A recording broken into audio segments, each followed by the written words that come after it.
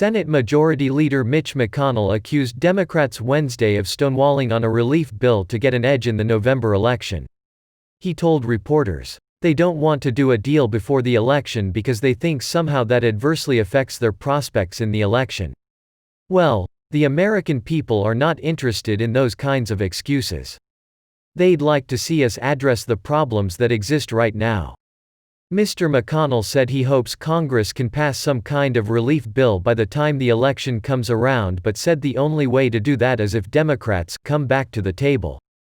Republicans are set to vote Thursday on their own scaled-down relief package, estimated to cost around $500 billion, a steep drop from the Democrats' $3 trillion proposal and even the Republicans' own initial $1 trillion offer.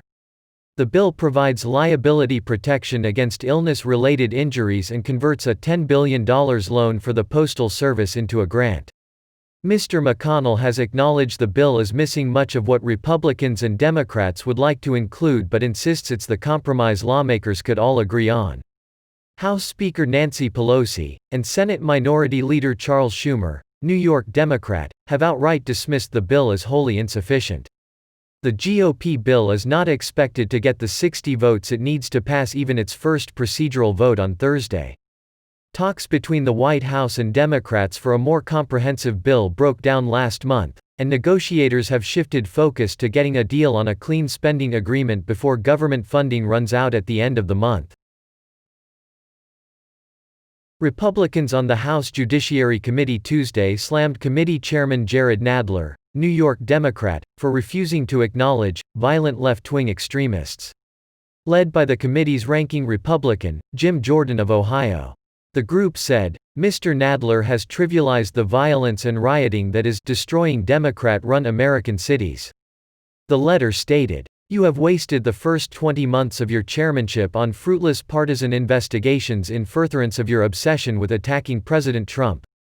We urge you not to waste any more time.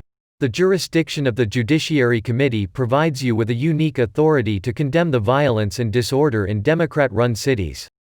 In addition to Mr. Jordan, the letter was signed by Republicans Ken Buck of Colorado, James Sensenbrenner of Wisconsin and Mike Johnson of Louisiana. The Republicans also denounced Nadler for calling Antifa myth. He also criticized the chairman for refusing to hold hearings on the riots that occurred across the country since George Floyd, a black man who died in Minneapolis police custody on Memorial Day.